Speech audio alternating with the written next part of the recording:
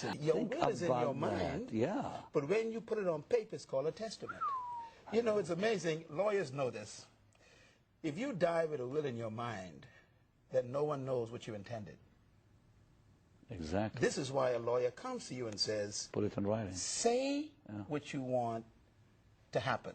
Say means take your intentions and turn them into words. And when we put it on a paper, it's called a legal pad. Because now I've taken what was your intent and made it a legal document. The Bible is called a testament because a testament is someone's will on paper. God's conclusion was that the world needed a new idea. Exactly. The idea of God is as old as time and as fresh as tomorrow. I love it. Because God's idea hasn't changed. God's plan originally was, in the first book of Moses in chapter 1, God states his original idea. He said, let's make a species called man in our own image, that means our own nature and character. Let them have dominion over the earth and everything in the planet. In other words, God's idea was to have a planet, and I'm going to use the term now in the book, colonized by heaven.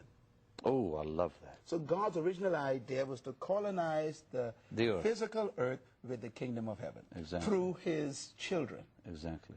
And this is why the idea is so awesome. Colonization is the extension of a kingdom in a foreign territory. As you see, this is the key. God doesn't want to take earth to heaven. He wants to bring heaven to earth. He wants to take heaven to earth. Yep. So that's why, you know, I believe 100% in heaven. I believe in heaven more than I believe in earth. Because earth is temporary. The Bible said that which is seen came from that which is unseen. So I believe in heaven. Secondly, I believe in prosperity more than anybody else. Why? Because heaven ain't got no poverty. God wants to bring heaven to earth, plain and simple. And one of these days, the earth will become the capital. Well, yes. Are we talking?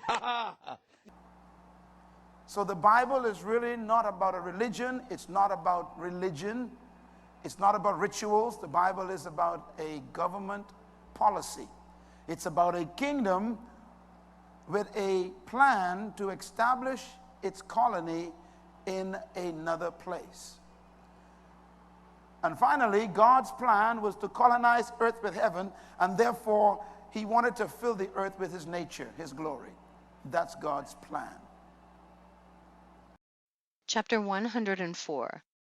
Be not godless in your hearts, and lie not, and alter not the words of uprightness, nor charge with lying the words of the Holy Great One, nor take account of your idols. For all your lying and all your godlessness issue not in righteousness, but in great sin. And now I know this mystery, that sinners will alter and pervert the words of righteousness in many ways, and will speak wicked words and lie, and practice great deceits, and write books concerning their words. But when they write down truthfully all my words in their languages, and do not change or minish aught from my words, but write them all down truthfully, all that I first testified concerning them. Then I know another mystery, that books will be given to the righteous and the wise to become a cause of joy and uprightness and much wisdom. And to them shall the books be given, and they shall believe in them and rejoice over them. And then shall all the righteous who have learnt there from all the paths of uprightness be recompensed. Chapter 105. In those days the Lord bade them to summon and testify to the children of earth concerning their wisdom. Show it unto them, for ye are their guides, and a recompense over the whole earth. Chapter 10. And now, Israel, what doth the Lord thy God require of thee, but to fear the Lord thy God, to walk in all his ways, and to love him, and to serve the Lord thy God with all thy heart, and with all thy soul, to keep the commandments of the Lord, and his statutes, which I command thee this day for thy good.